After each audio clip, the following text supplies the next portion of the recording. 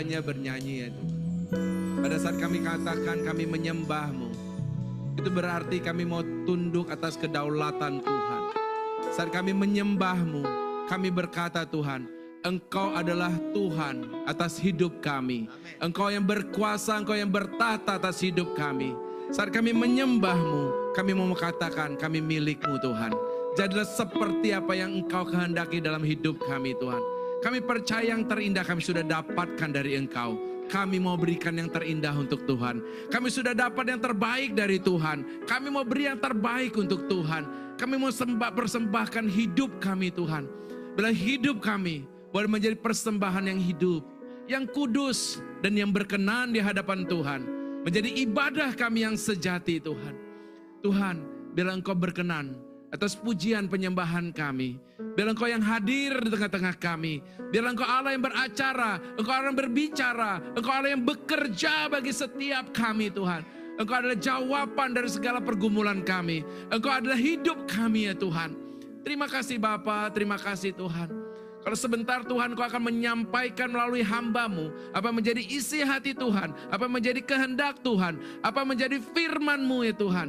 Mari Roh Kudus, siapkan setiap kami Tuhan. Lembutkan hati kami. Buka pikiran kami ya Tuhan. Agar kami merespon dengan benar setiap firman kebenaran yang akan memerdekakan kami. Melepaskan kami. Mengubahkan hidup setiap kami ya Tuhan. Terima kasih Bapa. Dari awal sampai akhir daripada penyampaian firman Tuhan. Hanya Tuhan saja yang boleh berbicara melalui setiap kami di tempat ini ya Tuhan. Terpujilah nama-Mu, kami siap dan antusias untuk mendengar kebenaran firman Tuhan. Yang percaya dan rindu untuk mendengar firman Tuhan, sama-sama katakan, amin. Boleh beri tepuk tangan yang luar biasa untuk Tuhan kita. Haleluya, silakan duduk. Shalom. Puji nama Tuhan. Semua kita diberkati Tuhan, amin. Amin, ya. Karena masih belum lama, baru minggu lalu, jadi boleh dong saya mengucapkan selamat Paskah untuk setiap kita. Karena sebetulnya kalau bicara tentang orang Kristen itu sebetulnya harusnya lebih lagi melihat Paskah itu sesuatu hal yang berarti. Karena biasanya kita fokusnya menatal ya, padahal sebetulnya Natal itu baru permulaan. Natal itu bisa Yesus lahir. Tapi sebetulnya ini bicara bukan hanya Yesus lahir, Yesus mati, Yesus bangkit.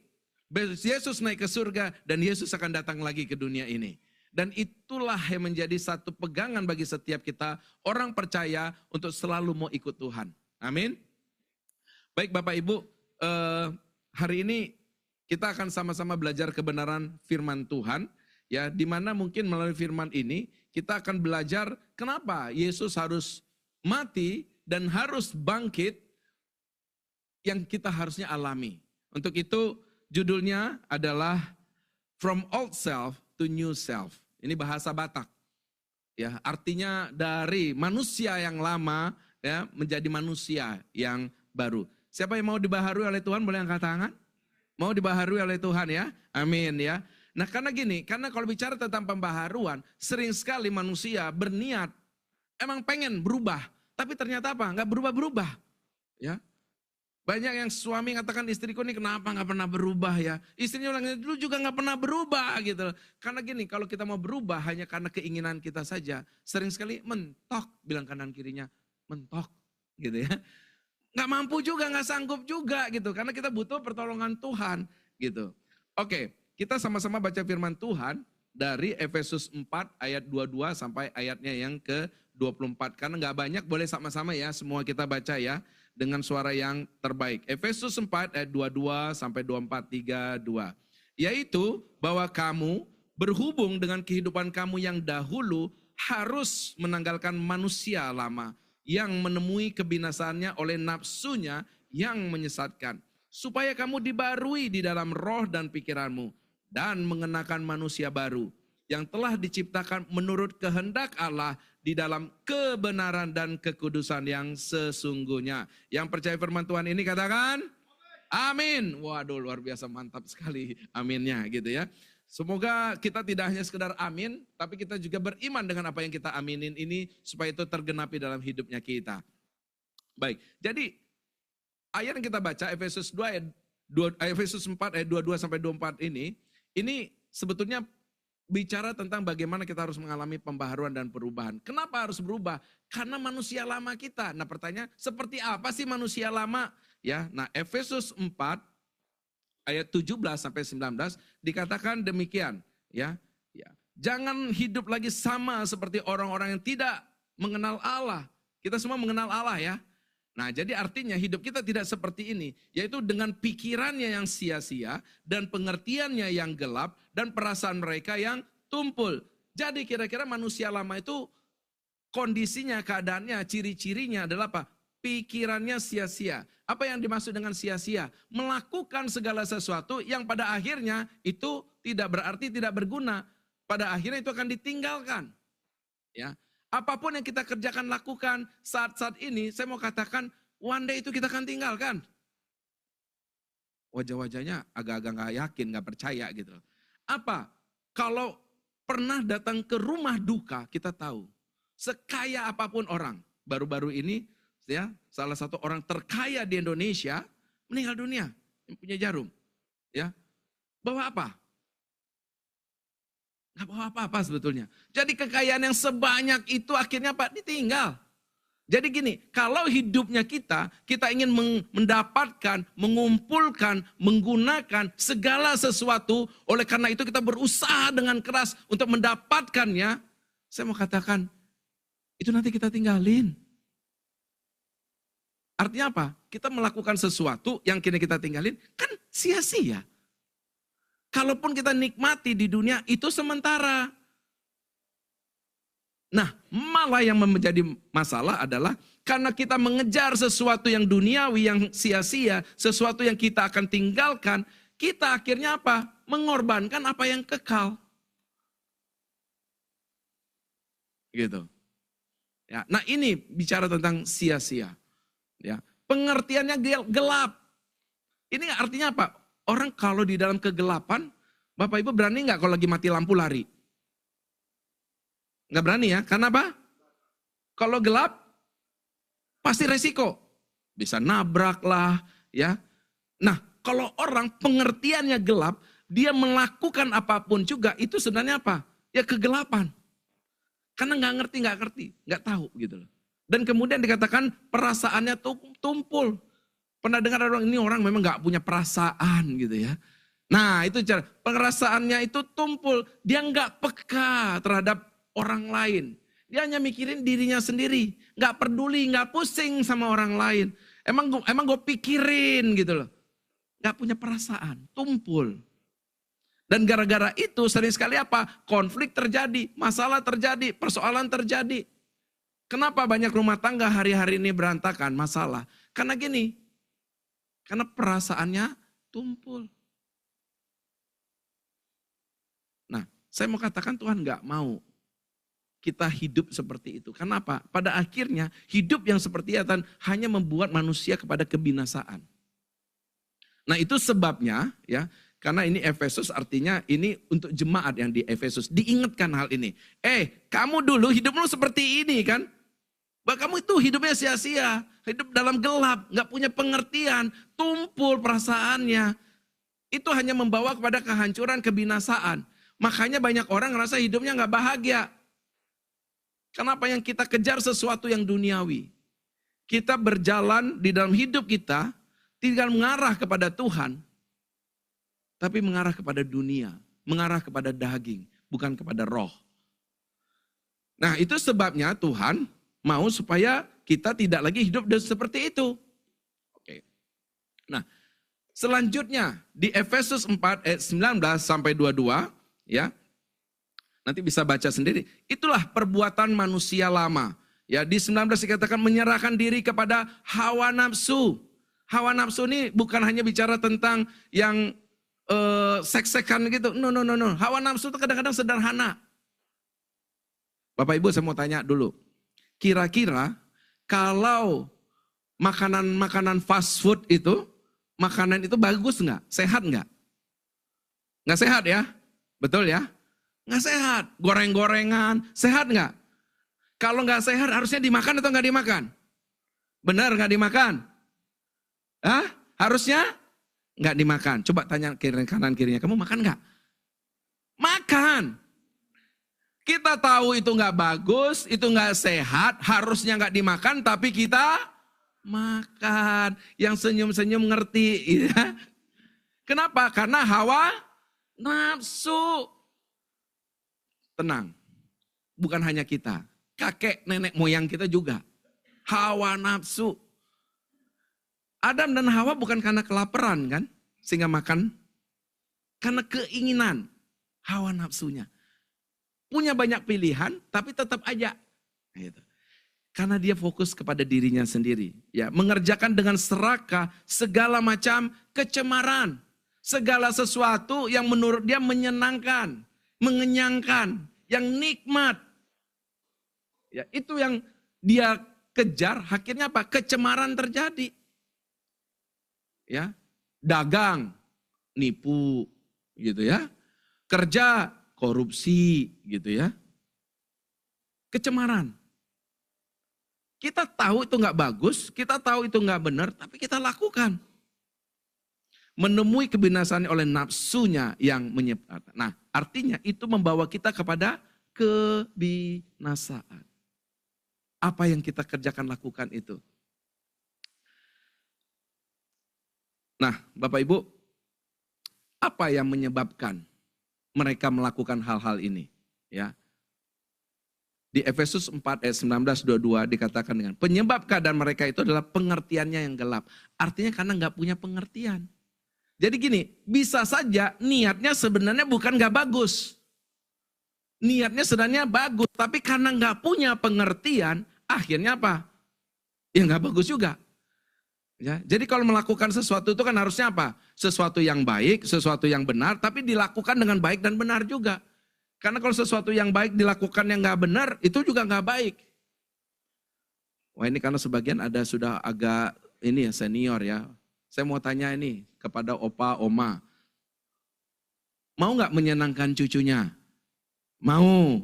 Baik nggak kalau cucunya jadi senang dengan opa omanya? Baik ya. Apa yang membuat cucu senang? Kalau pakai handphone, pakai tab, ya toh, supaya senang apa yang kita lakukan? Kita kasih. Ya, tapi akhirnya apa? Anaknya sibuk sendiri, cucunya sibuk sendiri, ya. Nah, kadang-kadang gini, niatnya bagus tapi kita nggak nyampe pengertiannya. Apa salahnya? Beliin mainan, apa salahnya? Ya itu kalau opa oma, kalau kita yang udah masih agak-agak dikit lebih muda dikit ini, ya banyak juga. Wah, penampilan bagus, rapi, ya. Kan bagus, orang melihat kita kan keren, oke gitu loh. Iya, tapi pengertiannya jadinya sebetulnya apa? Salah. Jadi kita berharga karena apa yang melekat pada kita, benar nggak? Enggak. Kita berharga bukan karena apa yang melekat pada kita. Kita berharga karena Kristus yang telah mati bagi kita. Jadi apakah dengan kita pakai baju mewah, pakaian yang keren gitu, itu membuat kita lebih berharga dari yang enggak? Enggak. Yang membuat kita berharga adalah karena ada Kristus. Amin. Cuman kita masih mau ngejar gitu kan. Masih pengen kelihatan keren, kelihatan oke. Sehingga akhirnya apa? Wah, walaupun harusnya ibadah, cuman ini kebetulan ada cuan gede nih. Jarang-jarang yang dapat, udahlah ibadah kan bisa minggu depan. Ini belum tentu. Pengertian. Gini.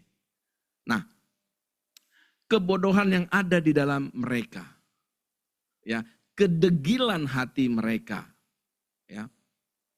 Jadi di Efesus 4 ayat 18, dan pengertiannya gelap jauh dari hidup persekutuan dengan Allah. Karena kebodohan yang ada di dalam mereka dan karena kedegilan hati mereka. Kalau degilnya udah diomongin, udah dikasih tahu, udah diingetin, tetap aja. Ya, saya percaya nggak ada di sini, di tempat lain. Ngerokok, degil, udah dibilang nggak bagus, tetap aja ngerokok misalnya gitu kan.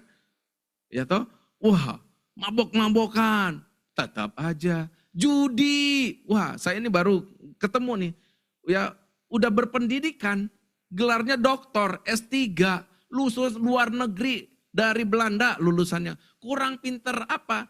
Tapi apa? Sekarang lagi ada masalah karena pinjol. Karena pinjol, ya. Kenapa kita tanya kenapa pinjol? Mau nolongin orang nolongin keluarga. Bagus nggak nolong keluarga? Bagus. Cuman dia nggak punya, tapi pengen nolong. Akhirnya apa? Pinjol. Akhirnya dari gali lubang ke tutup lubang. Bahkan ada yang lebih gawat lagi. Pinjol ini sahabat karibnya tahu nggak apa? Judol. Kok tahu gitu ya? Misalnya. Akhirnya kelilit masalah. Gara-gara itu akhirnya apa? Suami istri ribut. Keluarga, saudara dengan orang tua ribut. Kenapa? Karena kedegilan. Udah dibilangin gak boleh, gak bagus. Tetap aja. Jadi akhirnya betul. Kita tahu apa yang baik, tapi kita mengerjakan bukan yang baik itu. Karena kita hidup di dalam daging ini. Ini masalahnya kita semua manusia. Ya, saya percaya enggak, sebetulnya manusia pada dasarnya ingin yang baik. Sebetulnya ya, tapi pada akhirnya kita enggak mampu berbuat baik, itu aja.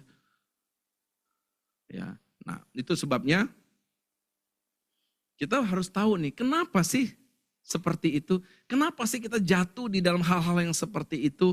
Ya, kita mulai dari kakek dan nenek moyang kita. Oke. Adam. Ya. Adam bukan karena dia kelaparan dia makan buah pengetahuan yang baik dan jahat. Karena kan dibilang apa? Semua pohon di taman ini boleh kamu makan. Yang gak boleh, yang itu satu, pengetahuan yang baik dan jahat. Kecuali kalau dibilang apa? Semua gak boleh, hanya satu yang boleh. Itu masalah. Tiap hari makannya begitu-begitu, sebenarnya masih banyak pilihan. Itu memang gak enak gitu. Tapi kan gak kayak gitu. Semua boleh loh, cuma satu yang gak boleh. Jadi apa masalahnya Adam? Kenapa dia melakukan itu? Ya, karena ini. Sorry. Oh, nanti saya kasih tahu. Karenanya apa? Ya, dosa Adam membuat manusia lama kita itu dihukum di dalam dia. Siapapun kita dari lahir udah berdosa karena dosa bawaan, dosa turunan yang diwariskan oleh Adam. Ya, dan hukumannya, akibatnya dari dosa kita itu adalah kematian yang kekal, kebinasaan itu tadi. Oke. Nah, itu yang Tuhan Yesus nggak mau. Itu sebabnya apa? Dia lahir, dia mati, dia bangkit, dan nanti dia siapkan kita. Kalau kita tidak lagi hidup di dalam kebinasaan ini, kita berpaling dari hidup kedagingan, hidup duniawi kita hidup ikut Tuhan, Tuhan akan sediakan rumah di sana. Jadi Bapak Ibu kalau ditanya rumahnya di mana? Kalau orang Kristen, jawaban pertamanya harusnya apa? Di surga. Ya, Pak, rumahnya di mana? Di surga. Pasti nanya. Pede amat. Iya pede. Kenapa? Memang udah disiapin di sana. Betul? Amin? Coba tanya kanan kirinya, rumahnya di mana? Nah, tapi jangan mau cepat-cepat ke rumah yang di sana. Semua ada waktunya, gitu ya. Ya. Jadi gini, kalaupun kita di dunia nggak punya rumah, nggak apa-apa. Orang sementara doang kok. Yang penting di surga, di kekekalan kita ada rumah. Dan kalau rumah kita udah siap, dia akan datang. Amin. Nah, jadi itu ada pengharapan. Inilah indahnya kita percaya Tuhan ini. Ada pengharapan di dalam dia. Amin. Jadi udah tahu ya pertanyaannya, kalau ditanya rumahnya di mana, jawabnya di.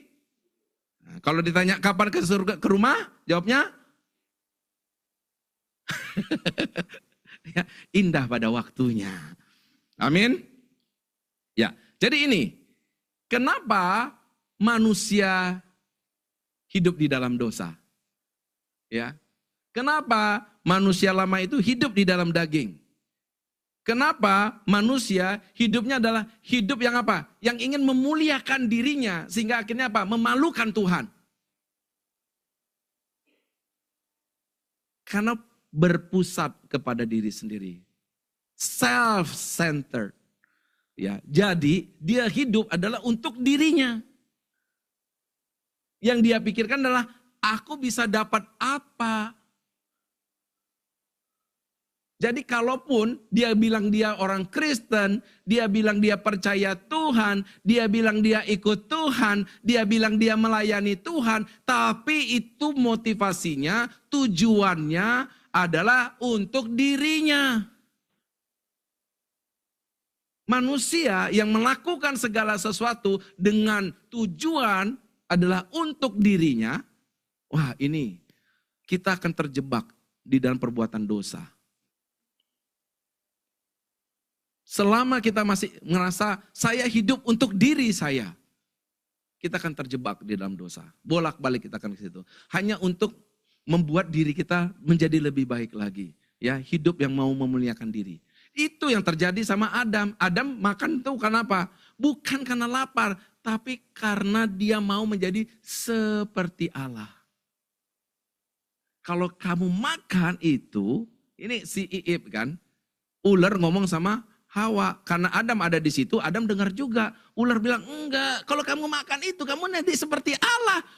Adam langsung bilang, oh, kalau saya seperti Allah artinya apa? Saya bisa atur. Betul? Makanya tadi waktu doa, kita bicara tentang menyembah Tuhan, itu artinya apa? Kita menundukkan diri kita. Ya, kita bicara tentang mensubmitkan diri kita di bawah Tuhan. Adam dia mau sama seperti Tuhan. Sehingga dia mau memuliakan dirinya. Dan gara-gara itu dia jatuh dalam dosa. Ya. Nah,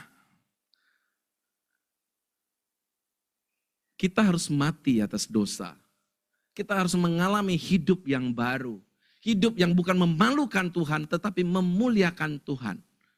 Caranya apa? Kalau dulu hidup kita berpusat kepada diri kita sendiri menuju kebinasaan, hidup baru itu bicara tentang kita meninggalkan itu. Kita tidak lagi hidup untuk diri kita, metanoia, berbalik. Sekarang kita bicara hidupku adalah untuk Tuhan. God is the center of my life. God-centered. Semuanya bicara untuk Tuhan. Kenapa kamu lakukan ini? Untuk Tuhan. Kenapa lakukan ini? Untuk Tuhan. Kenapa lakukan ini? Untuk Tuhan. Contoh misalnya. Kadang-kadang kenapa suami dan istri ribut? Karena masing-masing mau melakukan sesuatu yang ujung-ujungnya untuk kepentingan dirinya. Ya. Apa sih yang buat keluarga biasanya berantem? Nggak jauh-jauh. Kalau nggak keuangan, karena keluarga. Biasanya itu. Ya toh? Nah ujung-ujungnya ini kenapa? Untuk kepentingan dirinya sendiri. Kalau dia mau berkorban, kasih itu kan bicara pengorbanan. Karena begitu besar kasih Allah, sehingga dia memberikan, dia mengorbankan anaknya yang tunggal. Kasih pasti butuh pengorbanan. Masalahnya kita nggak seperti itu. Nafsu itu adalah apa? Ya, kita mau mengorbankan Tuhan bahkan orang lain untuk diri kita. Itu nafsu. Kasih adalah kita mau mengorbankan diri kita dan untuk Tuhan dan sesama, untuk pasangan kita. Coba kita cek. Biasanya kita ribut karena apa? Karena kita nggak mau dirugikan. Kalau kita nggak mau berkorban, kita mau menang. Kita mau memuliakan diri kita. Dan itu adalah sumber masalahnya. Ya. Berpusat kepada Tuhan, metanoia, ya. Nah, itu sebabnya kalau kita bicara tentang memperingati Paskah, ya. Bicara tentang bagaimana kita supaya tidak lagi hidup di dalam manusia lama kita, manusia dosa kita itu, ya. Yesus sudah mengajarkannya kepada kita. Yaitu dengan apa? Kita harus sama-sama mengalami yang namanya kematian dan kebangkitan. Yesus mati untuk mengalahkan maut. Dan Yesus bangkit untuk mengenangkan atas maut. Dan itu juga yang harusnya kita mengalami. Mengalami kuasa kematian dan kebangkitan Kristus. Nah kita bersyukur karena kita punya Tuhan yang telah mengerjakannya untuk kita. Karena Tuhan tahu kita nggak akan mampu melakukannya sendiri. Sehingga dia melakukannya untuk kita. Nah bagaimana? Ya kita tinggal mengikuti. Kita mengalami kematian Kristus dan kebangkitan Kristus itu. Mati dan bangkit bersama Kristus. Boleh sama-sama katakan? 2, 3. Mati dan bangkit bersama dengan Yesus. Itu yang harus kita lakukan. Bicara tentang manusia lama kita, bagaimana kita bisa menanggalkan manusia lama kita, kita harus mengalami kematian Kristus. Mati atas dosa itu. Karena dosa membawa kita terus ke dalam daging kita. Ya, itu seperti sudah hukumnya. Sama ibaratnya kalau saya lepaskan ini, pasti jatuh. Karena ada hukum gravitasi. Manusia tanpa Kristus, hukumnya pasti kita akan daging. Pasti akan dunia. Pasti. Nah, bagaimana caranya kita tidak kena hukum dunia itu? Ya kita harus mati atas dunia. Mati atas daging bersama-sama dengan Kristus. Baru kita bisa bangkit. Ya. Nah, baru kemudian ini bicara bagaimana kita sudah mengalami bukan hanya kematian, kebangkitan. Kematian dan kebangkitan itu metanoia itu adalah mati, ya, bangkit, berubah, dan kemudian apa? Hidup. Serupa dengan Kristus. Ya. Boleh kita baca Filipi 3 ayat 11, 2, 3. Yang kukehendaki ialah mengenal dia dan kuasa kebangkitannya dan persekutuan dalam penderitaannya, di mana aku menjadi serupa dengan dia dalam kematiannya, supaya aku akhirnya beroleh kebangkitan antara orang mati. Karena kalau kita tidak mengalami kematian dan kebangkitan, kita binasa. Tapi kalau kita mengalami kematian dan kebangkitan bersama dengan Kristus, itu bicara tanpa kita mendapatkan kebangkitan dari orang mati. Dan ini bukan bicara hanya nanti di surga, di dunia kita akan mengalami itu. Nah, ini bagus sekali quotes dari Timothy Keller. Hidup bersama Kristus, hidup berakar dalam Yesus itu. Jika identitas kita berakar dalam Kristus, maka tidak ada lagi yang bisa mengguncang kita. Bukan kegagalan, bukan penolakan, bukan ketakutan akan masa depan. Sebab kita semua sudah aman di dalam Dia. Yang percaya katakan, amin. Jadi kalau dulu kita coba menolong diri kita, mengisi diri kita dengan segala sesuatu, pendidikan, keuangan, ya segala sesuatu, ternyata nggak mampu menolong kita. Ya, Tim Keller bilang apa? Kalau kita sudah berakar dalam Yesus, ya kita sudah aman. Sehingga apa? Kita nggak takut lagi, karena kan nih, ya bisnis yang paling efektif saat ini adalah bisnis ketakutan. Ya toh? Coba deh, ketemu dah sama sales. Orang-orang yang jualan itu. Yang dijual apa sebenarnya? Ketakutan. Pak, wah hasil cek kesehatan Bapak. Nih, nah ketakutan kan? Wah, termasuk asuransi juga kadang-kadang ketakutan. Ya, coba kita lihat, banyak sekali yang dijual ada ketakutan. Karena pada waktu orang takut, dia ngikut. Ya kan? Kalau Kristus kan gak kayak gitu. Nah, jadi kalau kita hari-hari ngalamin, kita takut gagal. Kita ngerasa kita ditolak. Kita takut akan masa depan. Ini perang buat apa lagi nanti di kita gitu kan. Semua akan naik lah. Bagaimana begini. Itu akhirnya buat apa? Kita hidup dalam ketakutan. Kenapa? Orang takut itu karena dia melihat dirinya, dia melihat keadaan, dia akhirnya lihat apa? Saya nggak sanggup menghadapi keadaan ini. Betul? Karena dia lihat dirinya, dia melihat keadaan, dia berhadapan dengan keadaan itu, dia ngerasa dia nggak sanggup. Akhirnya dia jadi takut. Dia ngerasa dia ditolak. Dia ngerasa nggak punya masa depan. Tapi kalau kita bersama dengan Kristus, seharusnya nggak lagi. Kita sudah aman di dalam Dia. Amin. Paling nggak gini Bapak Ibu, yang pasti amannya kita tuh kapan? Waktu kita dipanggil Tuhan, kita sudah punya rumah, ya, udah nggak lagi ngerasa sakit, menderita segala macam. Makanya dikatakan mati adalah keuntungan. Itu hanya untuk orang percaya. Itulah bedanya kalau orang percaya di rumah duka, walaupun ada tangisan, tapi ada pengharapan, ada sukacita. Makanya kita nyanyi-nyanyi. Beda dengan orang yang nggak punya pengharapan.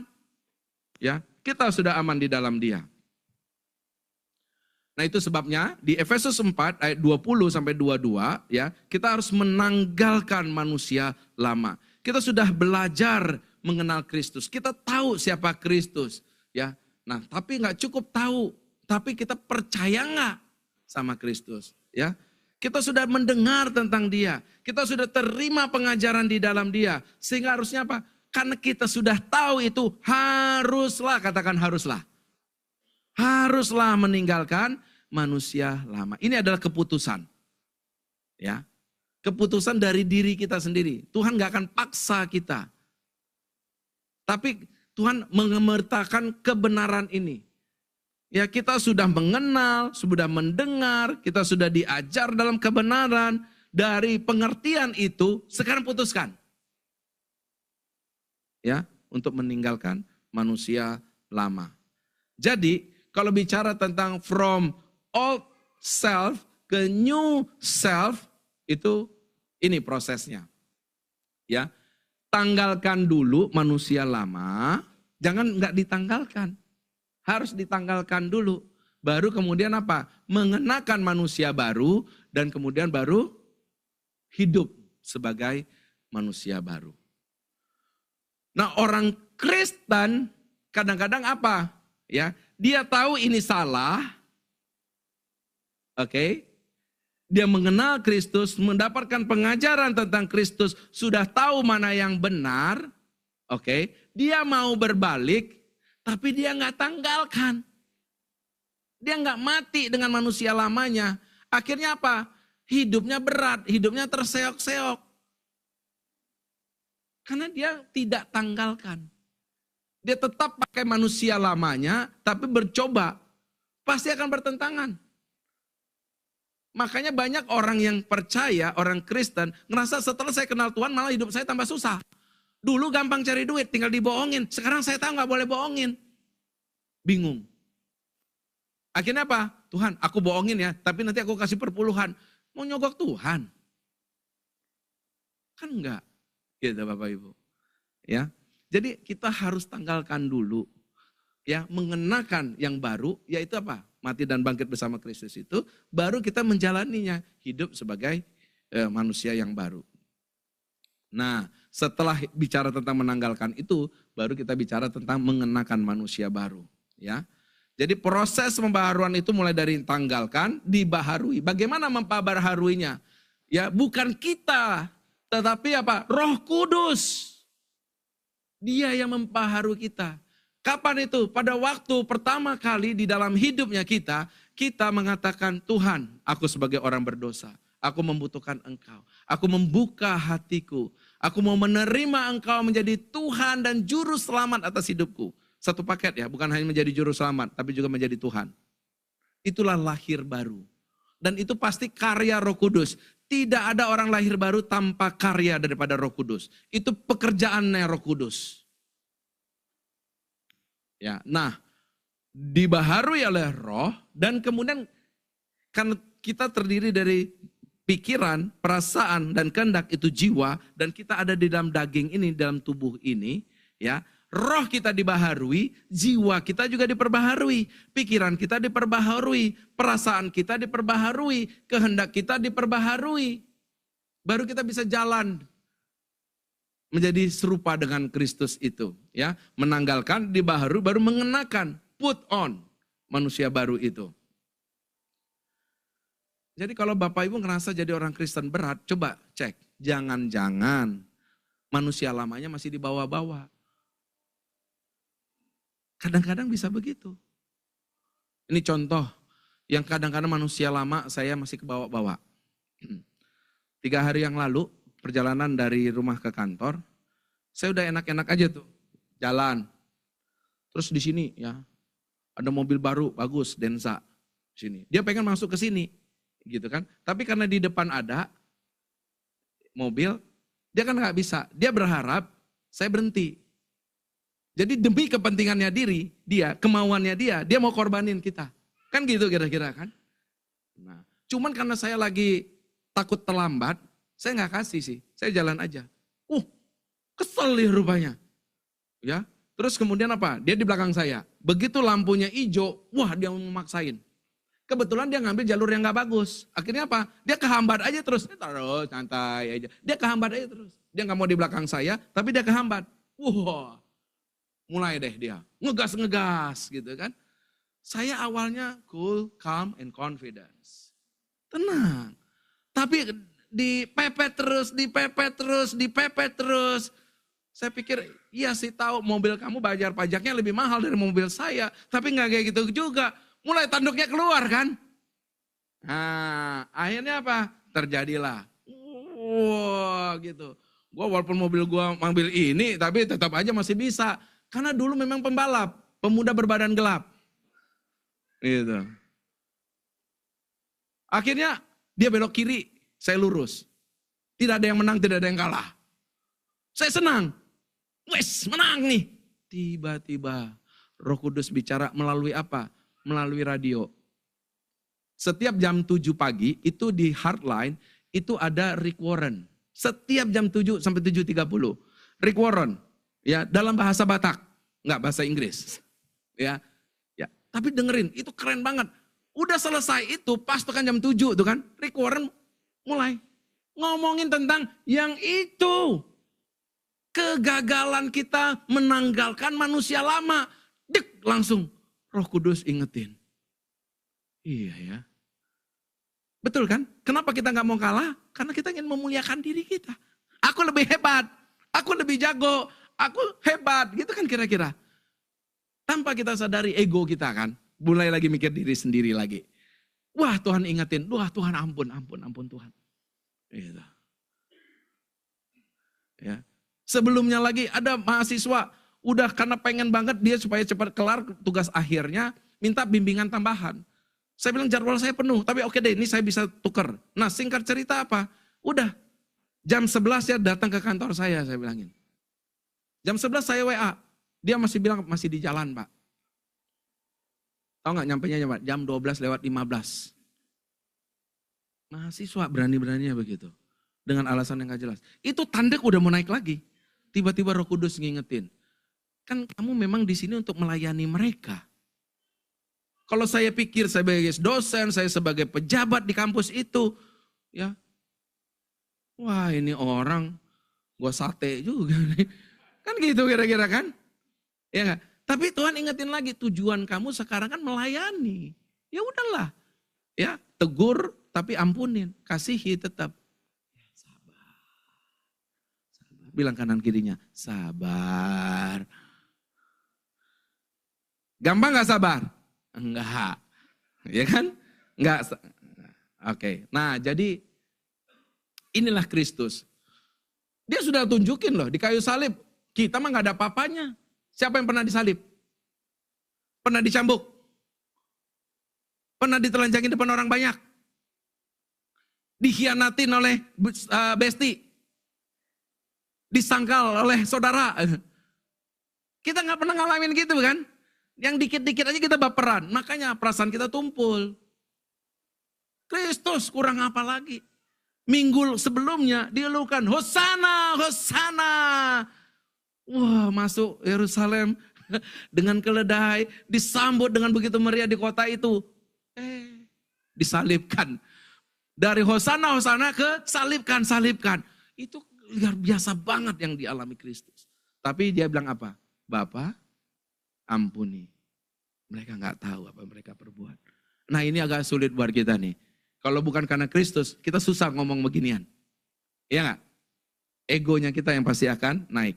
Nah jadi kita harus mengambil gambar dan rupa Allah. Bicara tentang menjadi serupa Kristus. Menanggalkan manusia lama dan hidup dengan manusia baru. Artinya mengambil gambar dan rupa Allah. Mengambil kebenarannya Allah. Kekudusannya Allah. Dan pengetahuan yang benar. Ya. Nah jadi artinya apa? Itu ini. Kita mulai dari pembaharuan pikiran. Tadi dibilang roh kita diperbaharui. Pikiran juga kita diperbaharui. Jiwanya diperbaharui. Pikiran, perasaan, kehendak. Sehingga kalau di sini sudah berubah, di sini sudah berubah, yang keluar juga berubah. Betul? Begitu kita pindah ke sini, yang masuk kan beda. Dulu dengarnya berita-berita gak jelas, sekarang dengarnya berita baik, kabar baik. Firman Tuhan. Sehingga apa? Apa yang masuk itu yang keluar. Pada waktu di pikiran perasaan kita, kehendak kita diubahkan oleh Tuhan, perkataan kita berubah. Tindakan kita berubah, kebiasaan kita berubah, karakter kita berubah, masa depan kita menjadi serupa dengan Kristus. Yang percaya katakan, amin. Ya. Yohanes 2:6, siapa yang mengatakan bahwa ia ada di dalam Kristus, di dalam dia, maka ia wajib hidup sama seperti Kristus telah hidup. Wajib, harus. Oke. Nah jadi itu bisa terlihat. Nah ini inilah resikonya panggil dosen juga Pak. Dosen itu 2 SKS minimal. 2 SKS itu 2 kali 50 menit. Waduh mulai panik. Ibadah 2 gimana nih gitu ya. Enggak lah ya. Dalam tempo sesingkat-singkatnya kita bisa selesaikan. Jadi gini. Ya, ada yang namanya nomena, sesuatu yang tidak terlihat. Tapi nanti itu kan yang menentukan fenomena apa yang terlihat. Jadi apa yang orang lihat di dalam hidup kita, sebetulnya itu tuh ada mulai dari apa yang tidak terlihat, nomenanya. Dan itu ditentukan oleh worldview. Nah kalau kita sebagai orang Kristen, namanya Christian worldview. Wawasan dunia Kristen. Di mana di dalam wawasan dunia Kristen, kita sudah diberikan pengertian, kita mengenal Kristus, sehingga kita udah berbalik nih. Wawasan dunia kita udah beda. Kita nggak lagi hidup bagi diri sendiri, tapi hidup bagi Kristus. Kita bukan hidup untuk memuliakan diri sendiri, tapi memuliakan Tuhan. Kita tidak lagi mencari sesuatu yang sia-sia, tapi kita bicara tentang kekekalan. Nah, wawasan itu akan menentukan apa yang menjadi belief-nya kita, keyakinan kita. Dan akan menentukan values-nya kita, nilai-nilainya kita. Dan itu yang akan menentukan perilakunya kita. Perilaku itulah fenomena. Itu yang terlihat. Jadi apa yang terlihat, itu sebenarnya ditentukan oleh apa yang tidak terlihat. Nah cuman yang membedakan manusia lama dengan manusia yang baru, kalau manusia lama, fenomenanya dibuat seolah-olah. Nah, bisa lihat tuh kalau di media sosial orang semua flexing. Ya kan? Coba untuk memuliakan dirinya. Terlihat bagus. Ya, itu perilaku. Perilaku ini bisa manipulatif. Ya, ini. Perilaku ini bisa manipulatif. Makanya waktu PDKT kok dia baik? Ah, itu perilaku. Begitu nikah, kok enggak? Nah, makanya apa? Jangan kita terjebak hanya dengan melihat apa yang terlihat.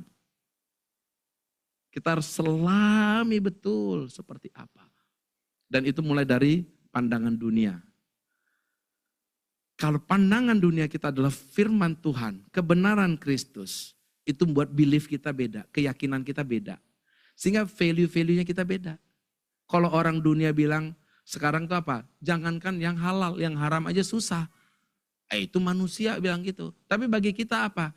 Ya, pada waktu kita bersama dengan Tuhan, Tuhan akan cukupkan. Tuhan akan sediakan. Amin. Amin. Karena dia yang janji. Coba Mazmur 23 ayat 1. Apa firman Tuhan?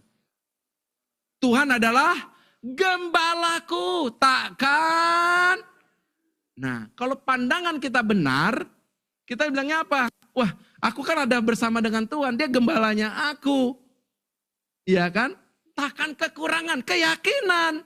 Sehingga nilai-nilainya kita nggak lagi bicara tentang nilai dunia yang apa? Halal, haram, hantam. Enggak. Kita bicara kalau berkat dari Tuhan, itu artinya apa? Benar di hadapan Tuhan. Amin. Gitu.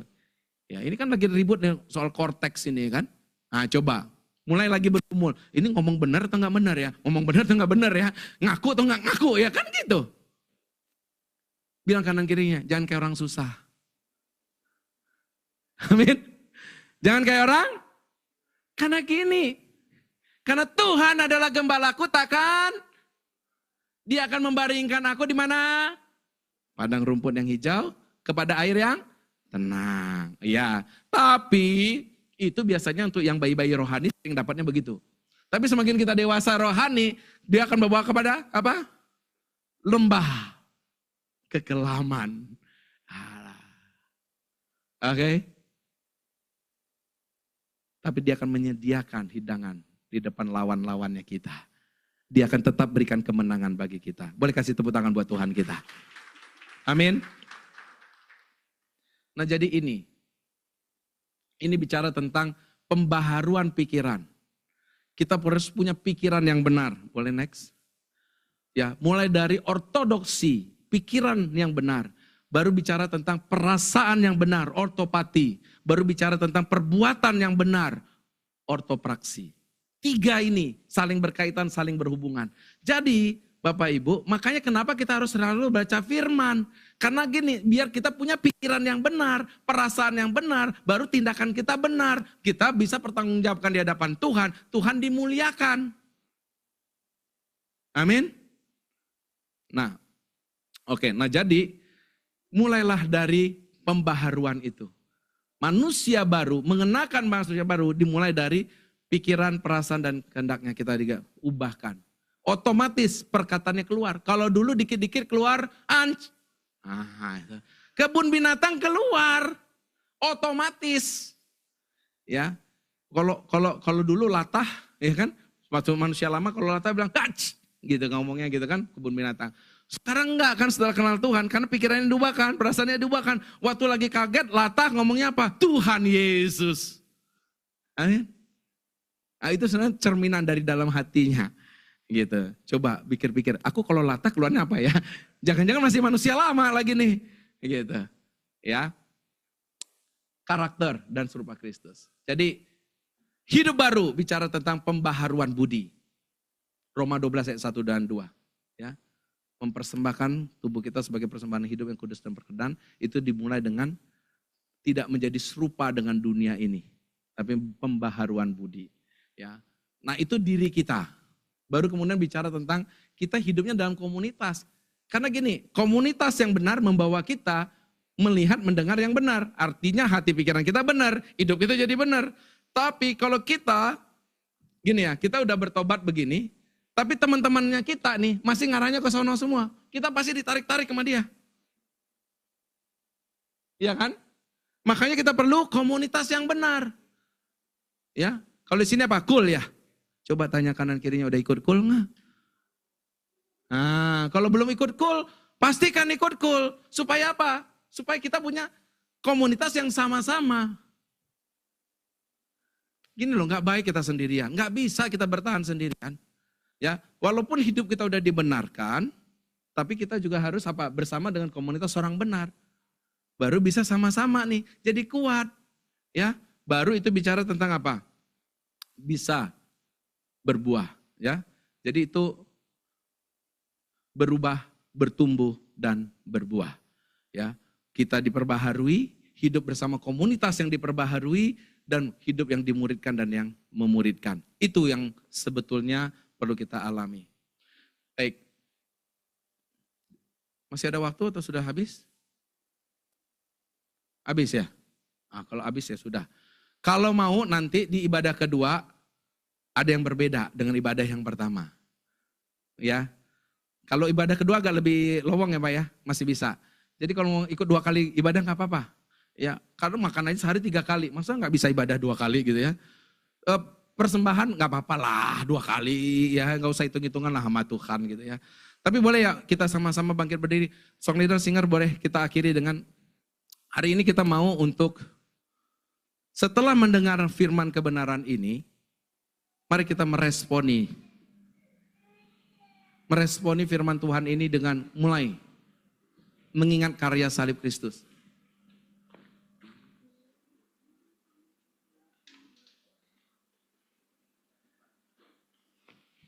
Yesus sudah mati untuk setiap kita dengan harga yang mahal. Pertanyaannya, mau gak kita mengalami kematian dan kebangkitan Kristus itu? Mau gak kita hari ini datang sama Tuhan? Tuhan, saya sudah mendengar firman Tuhan. Bahwa harusnya saya menanggalkan manusia lama saya. Saya harus berubah. Mengenakan manusia baru saya dan hidup bersama dengan Kristus. Hari ini mau gak kita datang sama Tuhan? Kita sama-sama katakan, ku telah mati dan tinggalkan cara hidupku yang lama. Semuanya itu sia-sia, tidak berarti. Ku telah mati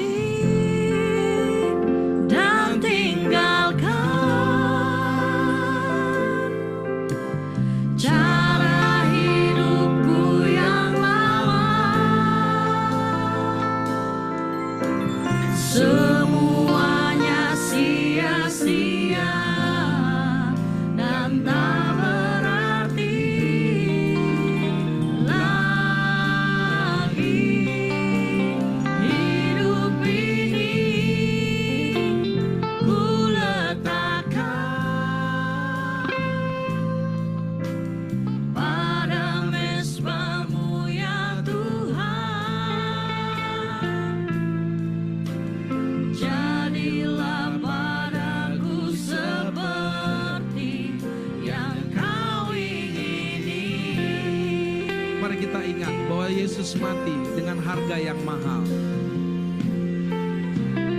Bukan dengan barang fana Kau membayar dosaku, dengan darah yang mahal. Tiada noda dan celah, bukan dengan emas perak Kau menebus diriku. Oleh segenap kasih dan pengorbananmu, sama katakan, ku telah mati dan tinggalkan cara hidupku yang lama. Semuanya sia-sia dan tak berarti lagi. Hidup ini ku letakkan pada mesbah-Mu ya Tuhan. Jadilah padaku seperti yang Kau ingini. Song leader, singer, pemain musik menyanyikan lagu ini dengan lembut. Bapak Ibu, mari izinkan saat ini Tuhan kembali mengingatkan setiap kita. Sudahkah kita benar-benar menanggalkan manusia lama, manusia dosa kita? Sudahkah pikiran, perasaan, kehendak kita diperbaharui?